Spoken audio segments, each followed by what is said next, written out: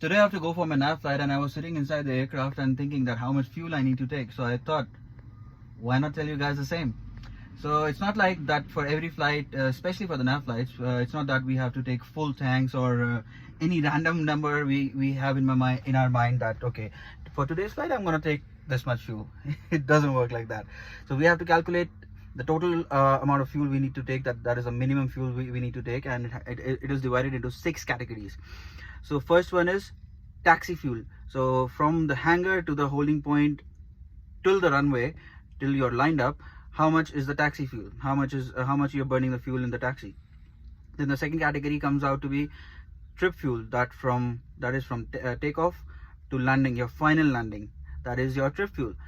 Third is alternate. Like for example, you always have to decide that this aerodrome is going to be my alternate, because there could be some problem on my base aerodrome. So I need to decide if I am near my base aerodrome and I see that I'm not able to land, so I need to divert to my alternate, and how much fuel I would be requiring for that.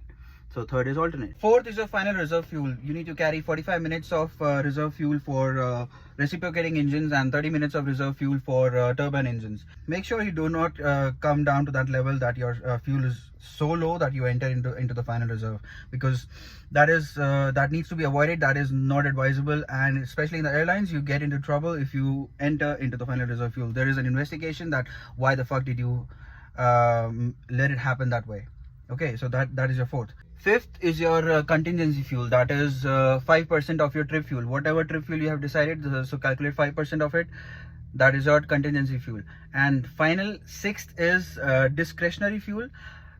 That figure comes with the experience, like you have to cater to weather en route, and a lot of things you have to consider, and depending on that you decide, okay, this much extra fuel I'm gonna take depending on my experience, that this is this kind of route and I might experience these kind of problems, so I'm gonna take this much of extra fuel. That is called discretionary fuel.